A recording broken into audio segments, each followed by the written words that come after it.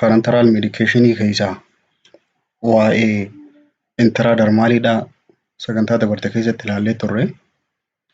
Sagantaa har'aatiin subcutaneous injection irraa kaanee ilaalla.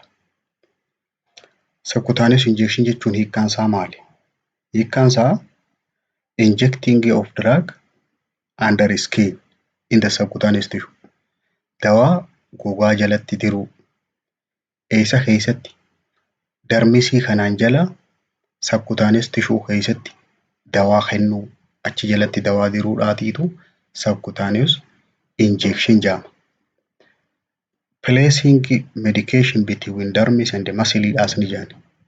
Subcutaneous injection yeroo jennu dawaa kana laayera yookaan baqaana gogaadhaa isa darmisii jedhamuu fi maashaa jidduutti subcutaneous keessatti dawaa kennuudhaan subcutaneous injection jenna. Purpose isaa maali? Kaayyoon ruutii kanaan karaa kanaan dawaa kennaniif to obtain quicker absorption than oral administration. Dawaa afaaniin kennamurra dafee waan xuuxamuuf saffisaan dawaa san qaamaaf kennuudhaaf saffisaan. When it is impossible to give medication orally. Karaa kana yeroo hin fayyadamnu. Purpose isaa kan biraa yeroo dawaan kun afaaniin kennamuun hin mijanne. Yoo dawaan sun afaaniin kennamuu hin mijanne karaa kanaan kennina. Its absorption is less than that of IM. Asirra wanni ati hubattu. Dawaan karaa subcutaneousiitiin kennamu kuni xuuxamiinsi isaa saffisaan gara hidda dhiigaa keessatti xuuxamuuf isa maashaa keessa kennamurra irraa gati. Sababni isaa maaliif? Due to less blood supply to subcutaneous. Subcutaneous tissue keessa dhiigni karaa sanitti deemu waan akka dhiiga maashaa keessa hidda dhiigaa maashaa keessa jirutti hedduun ta'iniif xuuxamiinsi isaa IMT gati. Kanaaf yooniif absorption irra hundoonni adda qoqqoonne ruutii tana IV'n xuuxamiinsa hin barbaadu. IM dhaatiitu kan ilmee keessaa dafee xuuxama. Subcutaneousiin itti aana. Self administration is also possible in case of subcutaneous injection. Yeroo subcutaneousii kana abbaan qoricha matuma isaatiif ofiif fudhachuu ni danda'a. Ofiif diruu yoo barbaade ruutiin filatamtuun isa kana. It is not suitable for large or moderate volume of drug. Akkasumas karaa kanaan subcutaneousiidhaan dawaa hedduun bakka takkatti kennamuu hin danda'u. Dawaa hedduudhaaf hin mijatu. It can produce pain or necrosis of tissue. Yoo wanni sun kan nama belbelchu, kan nama guggubu taate tissue naannawa san jirtu dhukkubsuu danda'a. Ajjeesuu illee ni danda'a. Necrosis itti fiduu danda'a. Absorption can be delayed or increased by massaging or by applying heat. Xuuxamiinsa dawaa bakka sanii kennanii saffisiisuudhaaf takka immoo akka inni saffisni suuta oofuudhaaf susukkuumuun akka inni saffisaan xuuxamu godha. By applying heat yoo waan oowwituu fa'aa irra kaayan dafee akka xuuxamu godha. Sababni isaa maaliif? Blood vessel will be dilated. Yeroo susukkuuman takka yeroo waan oowwituu irra kaayan wanni dafee xuuxamuuf hiddi dhiigaa kun ni babal'ata. For this reason increase absorption. Xuuxamiinsi dawaa kanaa saffisa. Subcutaneous injection yeroo jennu laayera gogaadhaa epidermisii darmisiidhaa fi subcutaneous and hypodermisiidhaa jira yookaan masilii kan jennuun san. Digirii 45tti darmisiidhaa jalatti masiliidhaa olitti jidduu tana kennan. Digirii 45. Subcutaneous injectioniin digirii isaa digirii 45. Amount of medication drug dosing karaa kanaan kennamu hangam ta'uu qaba? Yoo yeroo lama sadiitti deebisuu barbaanne akkam ta'uu qaba? Given vary but should not exceed 1 ml. Subcutaneousiidhaan dawaan kennamu ml tokko caaluu hin qabu. ml tokko bira utuu hin qabu. If repeated injection are given, yoo irra deddeebi'insaan dawaa kana bakka saniin ka fudhatu taate namni suni you should rotate site of injection. Dirqama bakka halee diri bakka reefu deessan itti deebisuu hin qabu. Irra naanneessuu qabu. So that each succeeding injection about 5 centimeter away from previous one. Yeroo irra naanneessina jennu kana hangidda fagaachuu qabdu kareefu diree fi ka'ammaa jidduu seentimeetira 5 addaan fagaachuu qabu. Sirinjiin dawaa kanattiin kenninu subcutaneous injectioniidhaaf sirinjiin nuti fayyadamnu sterile 0.5 up to 3 ml syringe. Sirinjiin suni isii ml duwwaa tuqaa 5 irraa hanga ml 3 itti fuutu. Sirinjii bombaa lilmeedhaa san fayyadamna. Nidiliinoo dheerinni lilmee saniiho. Leengiziin isaa 3/8 irraa hanga takka lammaffaadhaati. Inchii hanga inchii duwwaa tuqaa 5 jechuudha. Saayiziin isii immoo furdinni isiidhaa 24 to 26 geejiidha. Geejiin lakka guddattuuni lilmeen suni qallatti jenni. 24 hanga 26ti. Intiradarmaalii irratti sagantaa dabarte keessatti geejiin isaa 26 jennee barannee turre. Angle of injectioniin digirii nuti itti diru subcutaneous diruudhaaf as a general rule to reach subcutaneous tissue dirqama digirii 45tti kennamuu qaba. Tishuu san keessa dhaqqabsiisuudhaaf. If you can grasp yoo qabuu dandeessu taate bakka san qaama diruu deemtu san 2 inch of tissue between two finger. Quba lamaan jidduutti gogaa qabdu san inchii 2 tahuu qaba. Insert needle at 90 degree. San booda digirii 90tti dirta. Only 1 inch of tissue between finger yoo taate. Inchii takka qofa quba lamaanii yeroo qabdu inchii takka qofa qabuu yoo dandeesse use 45 degree angle. Digirii 45 fayyadamteeti dirta. If client has substantial subcutaneous tissue yoo namni sun qacooma qabu furdaa taate hoo nama furdaa yoo taate spread tissue ta'utu qaama san addaan qabuu qabda. Nama qaqallaadhaa fi furdaa irratti waliin fakkaatu akkaataan itti diran yoo furdaa taate addaan qabuu qabda. Eega addaan qabdee booda insert the needle at 90 degree angle. San booda digirii 90 akka nama IM diruutti dirta. Site of injection subcutaneous eessa bakki diran. Tokko abdominirra naannawa handhuraa kana. Abdominirra around the umbilical area naannawa handhuraa diran. Lateral in the anterior aspect of upper arm and thigh. Harka kana gara olii irree tanarra akkasumas tafa tanarra.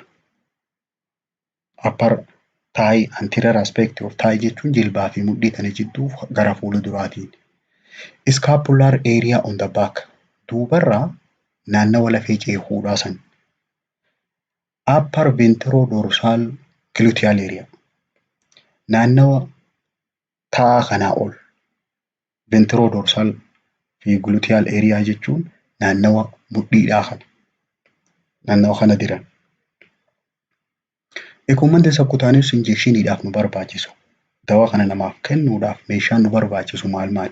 The first medical administration record. Galmee dawaa patientiif kennamu sun irra galmaa'u. Galmee dhukkubsataa sun jiraachuu qabu. Alcohol swab. Alkooliin bakka san ittiin qulqulleessitu. Sterile 2 times 2 goozii. Goozii 2 times 2dha. Sterile qulqulluu taate. Sterile syringe and needle. Lilmeedhaa fi bombaa lilmeedhaa. Medication as prescribed. Dawaa akka ajajamtetti. Gosa ajajamte san.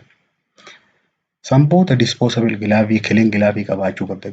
Gilaavii qulqulluu safety boxiin jiraachuu qaba. Yeroo hunda yeroo dawaan kennamu injectionii taanaan safety boxiin dirqama.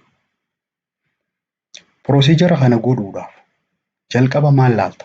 Check client charts for any known allergy.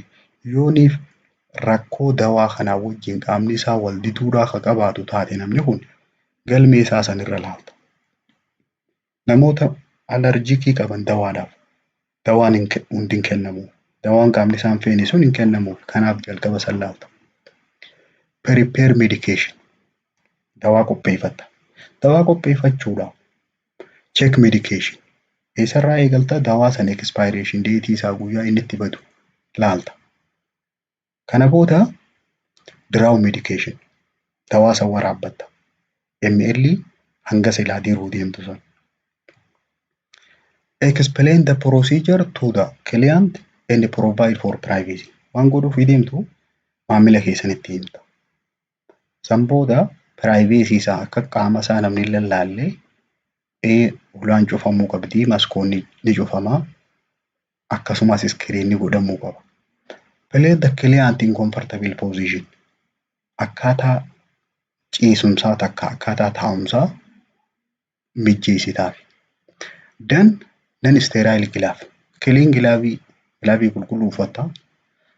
Prepare administration siteedhaaf deemta. Bakka jirtu san qopheeffachuu deemta. Select and clean. Bakka jiruu deemtu san dura filattee eega filattee booda qulqulleessita.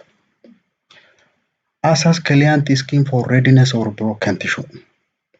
Bakka jiruu deemtu san gogaa namtichaa san diddiimina yoo qabaate, madaa yoo jiraate, dhiita yoo qabaate, wantoota yeroo lilmee kennan dhorkamu san hunda laalta. Select site using anatomic landmark. Anatomic landmark yeroo jennu iddoo irra dhaabbannee bakki jirru asii jennee murteessinu. Sanirra hundooyiteeti bakka jiruu deemtu san filatta. Eega filattee booda cleanse the site with alcohol wipe.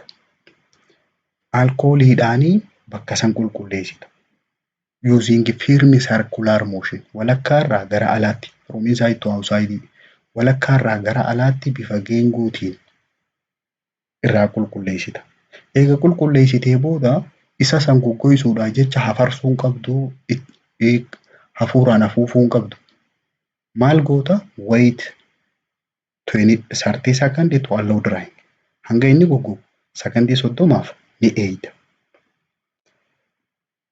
Yeroonii fi administration site san qulqulleessitu bakka san bifa circular motioniidhaatiin qulqulleessuu qabda.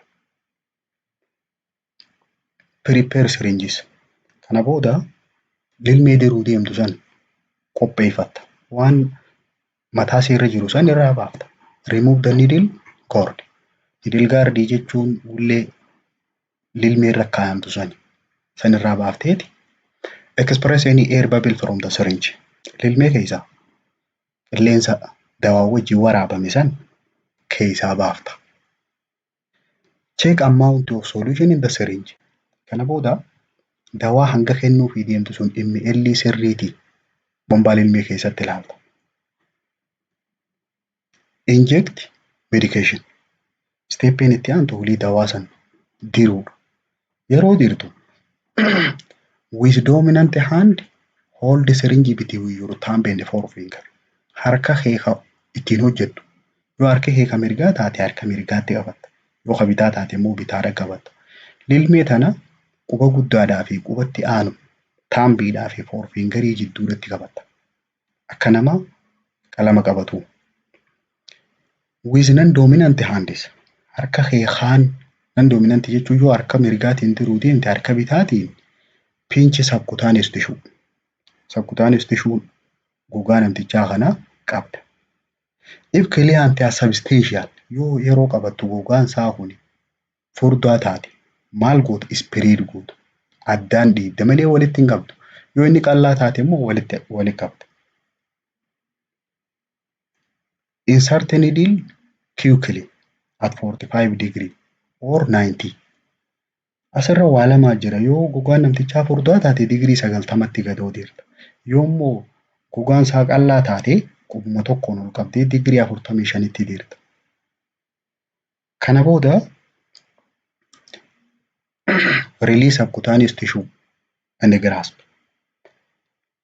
Isa qabdee jirtu san gadhiifteeti barrel of syringe non-dominant handiidhaan qabatta. Bombaa isaa kana bombaa lilmee san qabda. Pilaanjarii dominant handii harka silaa dawaa itti push godhuu deemtu saniin qabatta. Yoo harka kee kan mirgaa taate harka bitaatiin bombaan ilmee sanii qabattee harka mirgaatiin ammoo waan itti gadiin dhiiban san qabatta. Aspirate by pulling back on plunger. Osoo kallattumaan akkasuma dawaatti hin naqne if duuba harkifta. Wanni if duuba harkiftuuf akka tasaa ilmeen sun hidda dhiigaa keessa yoo seentee dhiiga fuute laaluudhaaf. Observe for blood. Yoo dhiigni mul'ate hoo maal gootu? If blood is appear, remove needle and discard. Yoo dhiigni mul'ate ilmee sanirra baafteeti ilmee san gattee ka biraa dirta. If blood does not appear, inject medication slowly. Yoo dhiigni mul'achuu baate dawaa san suuta jettee kennitaaf. San booda remove needle quickly. Ilmee yeroo keessaa baaftu daftee keessaa baafta. Apply gentle pressure at the site. Bakka ilmee keessaa baafte san 2 times 2 sterile gauze fayyadamteeti bakka san qabda. Do not massage. Hin susukkuumin garuu hin rirrigin bakka jirte san. Do not recap the needle. Ilmee sanillee eega namticha keessaa baaftee booda waan irree furraa bane saniin itti deebisan jiin. Discard the needle in the sharp container. Safety box keessatti achi darbita. Remove glove and dispose in appropriate receptacle. Kana booda gilaafii irraa baafteeti bakka isiin itti darbamtu keessa buuftee wash your hands. Harka kee dhiqattee observe for sign of allergic reaction. Mallattoo alerjikiidha. Yoo qaamni sun belbele, yoo iite, yoo nyaanyaate mallattoo san laata. Kana booda steppiin xumuraa maali? Dokumentii godhu galmeessita. Haala kanaanii subcutaneous administration goota. Monitor the patient yeroo dawaa kenninee booda. Vital sign irraanfachuu hin qabdu. Vital sign yeroo fuudhan time of taking vital sign before and after procedure. Eega dawaa kana kenniteefis vital sign isaa dhawannaa onneedhaa lakkaa'uu qabda. Falsiisa. Inni itti aansinee ilaallu intramuscular injectionidha. Parenteral medication keessaa intradermalidhaa fi subcutaneous ilaallee turre. Intramuscular ilaalla. Intramuscular jechuun maali? Introducing drug into body system through muscle. Karaa maashaadhaatiin dawaa qaama keessatti naquu jechuudha. Intramuscular injection jechuun karaa maashaadhaatiin subcutaneousidhaa gad kuchiifnee maashaa keessatti dawaa naquu jechuudha. Purpose isaa maali? Kaayyoon intramuscular injection goonuu to obtain quick action next to IV. Karaalee dawaan ittiin kennamu keessa saffisaan kan dawaan qaama keessa wal gahu tokkoffaan IVdha. Karaa hidda dhiigaatiin yoo kennin. Lammaffaan ammoo IMdha. Dafnee dawaan akka hojjetuuf. To avoid irritation from drug if given through other route. Dawaalee karaa biraatiin yoo kennan qaama belbelchan. Isa san irrisuudhaa fi karaa kanaan kennan.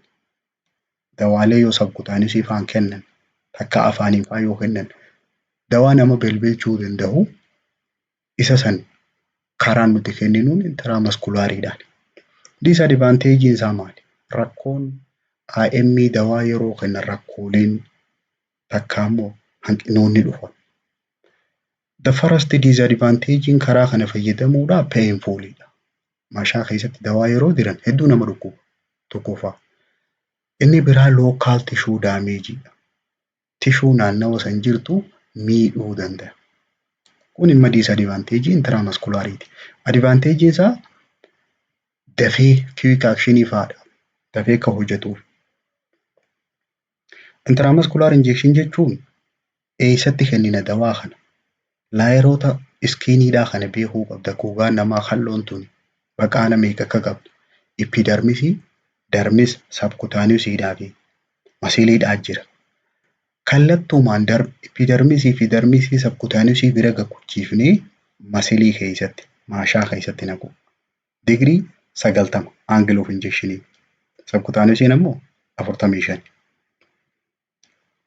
Amount of medication or drug dosing bakka saniin kenninu IM-dhaan dawaan kenninu. Hammi dawaa sanii you should determine maximum volume based on site. Bakka jiruu deemnu san irratti hunduun. IM bakki jiran hedduu. San keessaa bakka jiruu deemnu san irra hunduuneeti voluumii dawaa sanii murteessina qabee dawaa sanii. Lammaffaa client muscle development.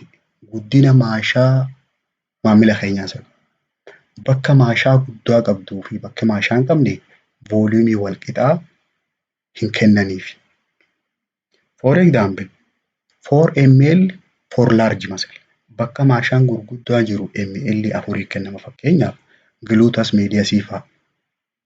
Gluteus medius yeroo jennu duuba kana kara duubaa kanarra yoo jiran in well developed adult nama gahee isaa kan maashaan isaa sirrii guddate kara duubaa kana yeroo jiran ml 4 kennan.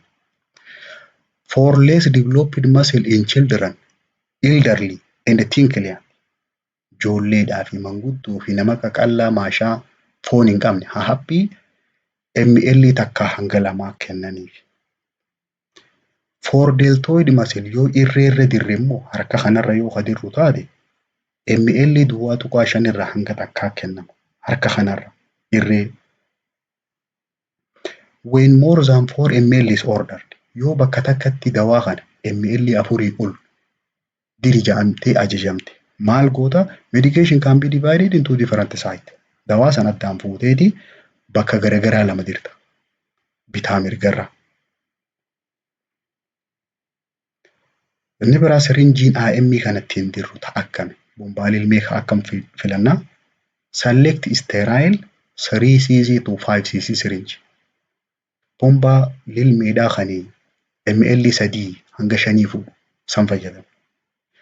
Nidiliino ilmeen nuti IM ittiin dirru leengisin isaa inchi takka hanga 2 dheerinni isaa. Saayiziin isaa immoo furdinni 20 to 22 geejiidha. Ilmi taanirra furduudha jechuu isiin tun. Angle of injectioniin insert at 90 degreedha. IM maashaa keessatti dawaa kennuuf digirii 90 kan kennan kan diran. Site of injectionii ilaalla. Bakki maashaa kanarraa diramtu eessa? The first one is dorsogluteal. Dorsogluteal jechuun gara duubaa kana jechuudha. Duuba kana place hand on iliac crest. Locate posterior superior iliac spine. Jalqaba imaginary line dhagoota. Dorsoo jechuun duuba kana tafata hudduu taa'umsaa tana takka fudhattee bakka 4tti daan imaginary line bakka isiin gubbaarraa gaduu itti dhaabbattu bakka baqa isaan tun lamaan oloodhaan itti dhaabbattu achirraa sarara tokko akkanatti dalga sararta. San booda walakkaa isii tanarra tokko kana gaduu sararta. Imaginary line malee qalamaan namarratti sararta. Bakka 4tti eegadda baaftee booda bakki ati jirtu eessa? Upper outeridha. Bakka 4tti dabaafte tana keessa isii gara alaatti aantu. Hudduu namtichaa tana bakka 4tti addaan qooddi. Sararri ati jalqabarraa sarartu bakka isiin itti harruun isii jalqaba gatee galtu sana achirraa gara alaatti sararta. San booda walakkaa sarara kanaa gaduu sararta. Upper outerii isa gubbaadhaa gara alaatiin jiru sani bakki diran dorsogluteal jechuudha. Draw imaginary line between greater trochanter and the posterior superior iliac spine. Sarara maqaa bakka sarartuu sanii greater trochanteridhaa fi iliac spine jennu kun ati akka sii qabamtuuf hudduu ta'aniin tana bakka isiin itti adda baatu bitaa fi mirgatti bakka isiin adda baatu sanirraa gara tokkootti achi sararta. San booda walakkaa isii rigaduu sararta. Kana booda injection saayitiin kee upper outeriidha. Isa gara gubbaa gara alaatiin jiru. Doorsoo gilitiyaalii irraa yeroo diran akkanatti diran bakka afuritti addaan baafatanii. Inni biraa veenteroodha. Veenteroo gilitiyaaliidhaa fi doorsoo gilitiyaaliin bakka bakka. Garuu immoo bakki diran hunduma tanarra diran. Place palm of left hand or right greater trochanter. Veenteroo gilitiyaalii beekuudhaaf namticha ni ciibsita gara tokkotti. Ciibsiteetii iddoon namaatu yeroo namni ciise walakkaa tanarraa dhooqa qabdi. Dhooqa isaa san keessaa harka kee kaayattee fiinxa quba keetii gara alaatti deebifta. Akkamitti ciibsita? Namticha akkasi ciisa. Isaa akkanatti ciisu kana harka kee lafee hudduudhaa tanarra asirra keessa harka kee addaan bantee. Kana booda walakkaa qubbeen lameenii qubaa lammaffaarra jiruu fi sadaffaarra jiru jidduudha bakka V fakkaattu san qubee ba'aa fakkaatti achi jidduudha bakka sarara diimaa qabu sani bakka jirtu. Veenteroo gilitiyaalii spread first and middle finger to form V. Quba guddaatti aanuu fi quba dheeraa san addaan banteeti akka inni qubee ba'aa fakkaatu goota. Jalqaba walakkaa dhooqa tafaa sanirra keessa. San booda qubee ba'aa fakkaata yeroo inni harkacharra keessu walakkaa isaa sani bakki jirtu injection saayitiin kana veenteroo gilitiyaal jedhaniin.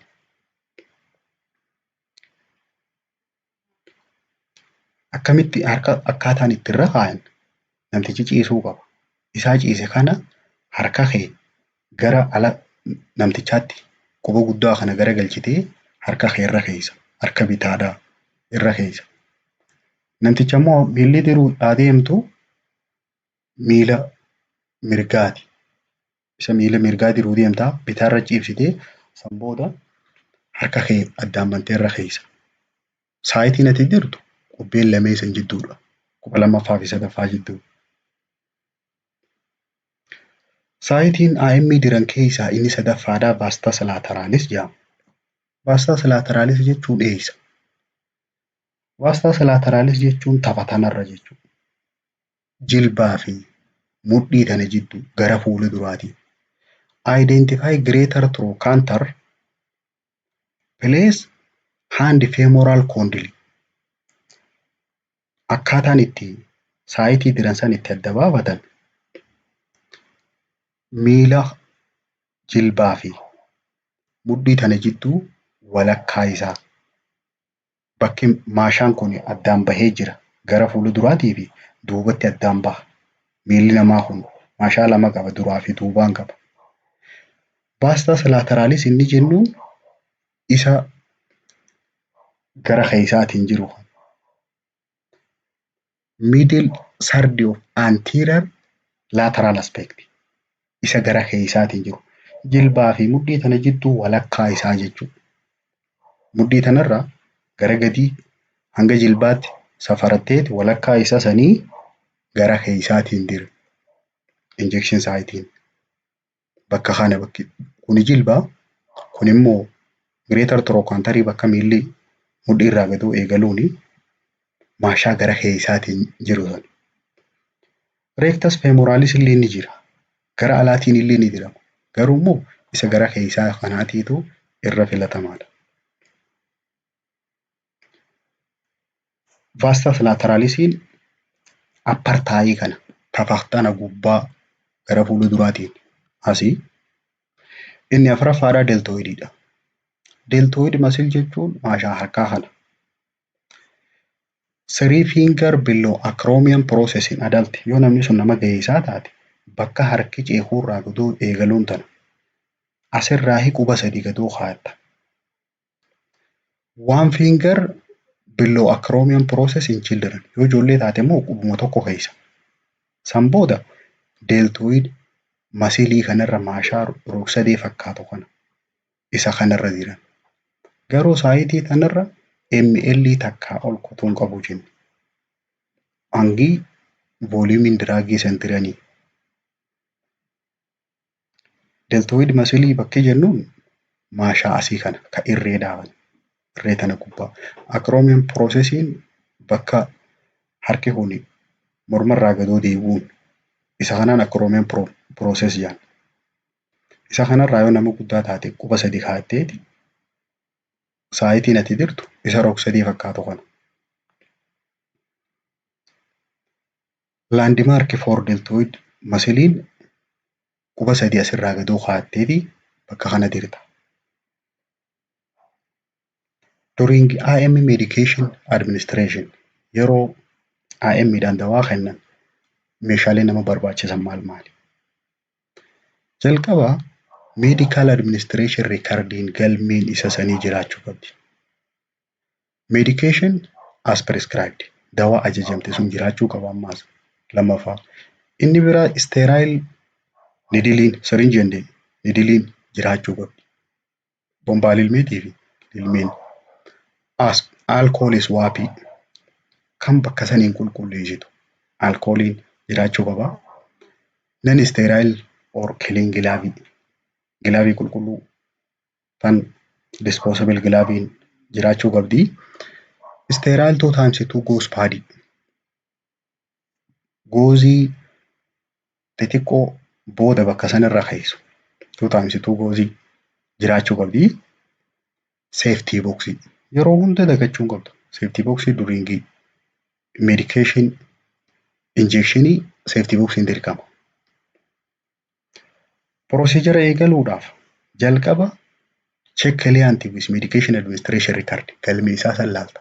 Galmee isaa sallaalteeti any known allergy yoo qabaate dawaa qaamni isaa hin feene yoo qabaatu taate check goota.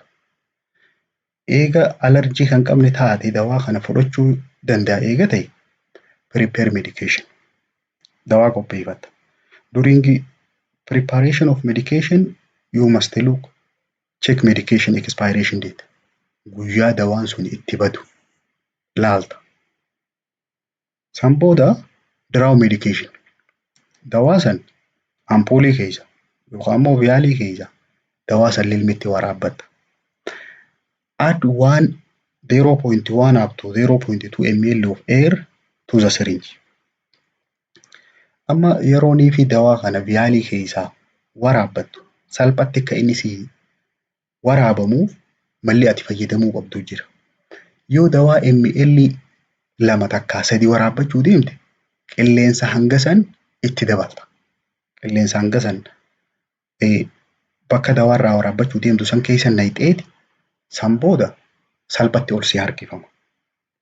San booda ol garagalchitee yeroo gad harkite all medication is expelled from the needle shaft jedhama. Akka salphatti keessaa si yaa'uuf qilleensatti goota. Explain procedure to the client and provide for privacy. Akkuma reefu sabkutaanii irra jenne waan hojjechuu fi deemtu maamila keetiin ta'a. San booda privacy isaa iskiriina goota. Ulaan cufamuu qabdi. Place client in the comfortable position. Akkaataa taa'umsa yookaan ciisinsa isaa mijatu sanitti deebifta. In deltoid yoo deltoid saayitii irra harkarra irreerra jiru yoo deemte sitting position taa'uu qaba. Ventrogluteal yoo taate immoo cinaacharratti ciisuu qaba. Side lying flexionii. Cinaacharratti ciisee miilli isaa inni gubbaarra jiru suni ol cabuu qaba. Supine flexionii on the injection site. Yoo kani tafarra jiruu deemtu taate fuula duraan supine positionii ciisuu qaba duudaan. Inni biraa yoo kani duubarra jiruu deemtu taate dorsogluteal yoo taate proonii ta'uu qaba. Prone position yeroo jennu garaadhaan ciisee point to inward toward each other. Yerooniif duudaan ciisu kana qubbeen isaa lamaan walitti garagaluu qaba. Quba gurguddaa lamaan walitti garagalchee ciisuu qaba. Internaalii rooteet godhee jechuudha. Gara keessaatti miila kana garagalchee ciisa. San booda eega poozishinii sirreeffatte danna kiliin gilaafii qulqulluu san uffatteeti prepare administration site iddoo lilmeedhaan diruu deemtu san qopheeffatta. Yeroo iddoo tana qopheessitu select and cleanidhaa jira. Bakka san filachuudhaa fi bakka san qulqulleessuudha. During selection asasu goota. Yeroo filattu san bakka diruu deemtu san yeroo filattu gogaa namtichaa ilaalta. Assess client for readiness, scarring, breaking skin, whether presence of lamp or needle. Bakka diruu deemtu san yoo gogaan diimina qabaate, diimina takka godaannisa yoo jiraate, yookaan immoo madaa yoo qabaate, takka yeroo qaqqabattu yoo wanni akka firiidhaa dhiitti wayii ka keessa jiraattu taate contraindicationidha bakka san irra diruun. Saniif gogaa namtichaa bakka diruu deemtu san laalta. Select site using anatomic landmark. Akkaataa bakka san filannu sanirra hundooyteetii bakka diruu deemtu san adda baafatta. Yoo deltoidii taate quba sadii akroomeen piroosesii irraa gadoo keenya jenna. Yoonii fi ventroglutealii taate immoo harkarra keenya jenna. Eega bakka san select gootee booda clean site iddoo sanii qulqulleessita. During cleansing the site we use alcohol wipe. Alkoolii fayyadamnee walakkaa irraa gara alaatti circular motion bifa geengootti from inside to outside qulqulleessina. Eega qulqulleessinee hanga inni goggoguutti ni eeyna bakki sun. Hafuura keenyaan afuufneen goggogsinu takkaa wayiin hin afarsinu takkaa wayiin irraan goggogsinu hanga inni ofiif goggogu eeyna. Wait 30 seconds to allow drying. Kana booda prepare syringeedha. Lilmee diruuf deemtu san qopheeffatta. Maal goote? Remove needle guard. Waan mataa lilmee irra jiru san irraa lukkaafta. Express any extra air bubble from the syringe. Qilleensa dawaa sanii wajjin waraabame ka keessa deddeemu san dhodhooytee keessaa baafta. Check amount of solution in the syringe. Osoo namaan kennineen dura hamma kennuu fi deemtu sun sirriidha. Isa san mirkaneeffatta. Inject medication yeroo dawaa kennan harka silaa lilmeedhaan dirtuu fi harka kaanii waan garaagaraa goota. With dominant hand hold the syringe with your thumb and forefinger. Lilmee quba guddaadhaa fi quba lammaffaadhaa jiddu qabatteeti harka silaa dirtuun saniin. Harka kaaniin ammoo pull skin up or to one side. Gogaa san ol harkifta takka ammoo gara tokkotti. Gara tokkotti dhiibuun sun zeddi tiraakii jaaniini harka kaaniin zeddi tiraak teknikiin ilaalla. San booda insert the needle yeroo lilmee san gogaa namtichaa keessa qaama namtichaa keessa galchinu saffisaan ta'uu qaba. Quickly insert needle with dart like motion. Dart like motion jechuun tartiibaan osoo harkaan jajallifne. Qat gootee kallattiin dirta. Digirii meeqatti? 90 digirii. Qaama namtichaatiin wajjin digirii 90. Aspirate by pulling back. Yeroonii fi lilmee dirte kallattumaan dawaatti nayitu qaamatti. Maal goota? Of duuba harkeetta. Pilaanjarii qabattee. Observe for bloodidhaaf. Wanni of duuba harkiftuuf either presence of blood or notiidhaaf. Dhiigni keessa ni jira moo hin jiruudhaaf. Yoo dhiigni mul'ate, if the blood is appear, remove needle and discard. Lilmee san keessaa baafteeti darbita.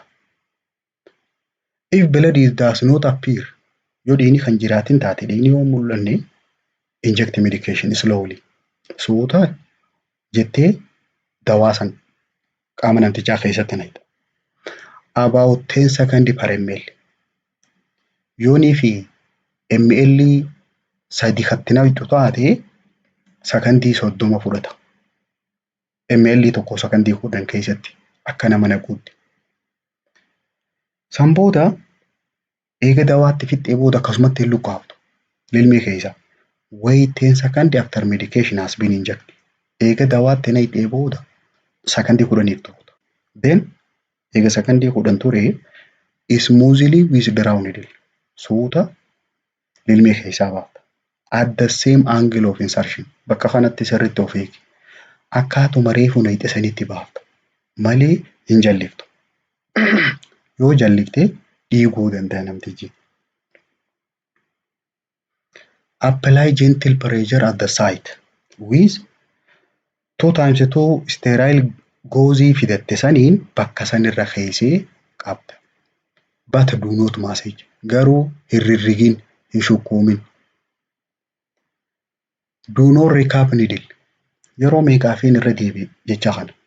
Lilmee san eega namticha keessaa baaftee waan reefu mataarraa lukkaafte san ittiin deebiftu. Akkasumatti safety boxii keessa sharp containerii keessatti arbita. Discard needle in sharp container. Remove your glove and wash hand. Kana booda gilaavii ofirraa baafteeti harka kee dhiqatta. Observe for sign of allergic reaction. Mallattoo alerjikiidha. Lola qaamaa mallattoo sana eeyita. Document. San booda ni galmeessita. Inspect the injection site within 2 to 4 hours. Bakka dirte san sa'aatii 2 hanga 4 keessatti deebitee ilaalta. Evaluate client response. Dawaa kenniteef saniif namtichi kam ta'e? Yoo wayyaawee moo mootti jiru? Haala dhukkubsataa sanii ilaalta. Monitor the patient vital sign kaasuun irraanfattu. Xumura irratti pulse isaa lakkooyitee Z-track injectioniin akkami? Z-track ilaalla. Z-track jechuun zigzaaga jechuudha.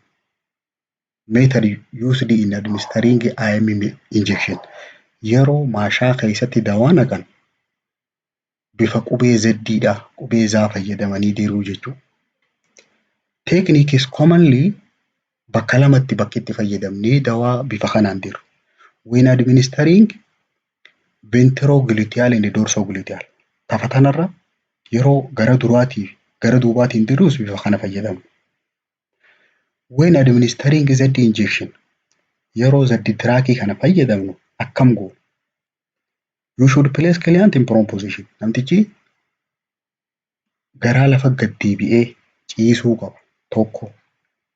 Then pull skin to one side. Jalqaba namticha garaadhaan ciibsita. Lammaffaa pull skin to one side. Qaama kana maddii takka qabdeeti gara tokkotti dhiibda. Gara tokkotti gamana harkifta. Insert needle at 90 degree angle. San booda akkuma IM dawaatti kennan sanitti digirii 90tti lilmee dirtee. Then release it after needle is withdrawn. Eega lilmee keessaa baaftee booda gad dhiifta gubaasan. Malee osoo lilmee keessaa hin baafne gad hin dhiiftu. Waa afur dubbanni asirratti Z-track irratti. Dura prone positioniidhaan garaan ciisuu qaba namni sun. Lammaffaa yeroo diruu deemtu gogaa namtichaa san osoo lilmee keessa hin galchine. Pull skin to the one side. Gara tokkotti qaama isaa kana dhiibde. Kana booda lilmee dirteeti dawaa eegatte naqxee booda gad dhiifta. Insert needle at 90 degree angle. Digirii 90tti eega lilmee galchitee booda administer medication then release. Dawaatti naqxee after needle is withdrawn eega lilmee keessaa baaftee booda gogaa gad dhiifta. Z-track wanni jennuuf dalgatti naqama jechuudha. Qaama namtichaa kana gamana as harkifteeti asiin gad dirte kallattiidhaan. Booda yeroo isa kana gad dhiiftu bakki ati dirteen sun irraa gamas dalga qotti. Maaliif kana godhan? Sababni isaa dawaalee saapkutaanis tishuu kana yoo tuqe belbelchuu danda'u akka inni booda ol hin deebineef bifa kana fayyadaman. Disadvantagein isaa it break skin integrity jenna. Intramuscular routine rakkoo inni fidu keessa bakka san nama dhukkubsa jenna. Pain and anxiety may be developed. Dhukkubbiillee nama fiduu danda'a. Equipmentiin nu barbaachisu dirqama disposable syringe and needle lilmeen bombaan lilmeedhaa kan booda darbinu jiraachuu qaba. Cotton ball soap in alcohol jibrii xixiqqoo alkooliidhaan booda bakka san qulqulleessinuun. Small tray medication tirii xiqqoo irratti dawaarra kaa'annee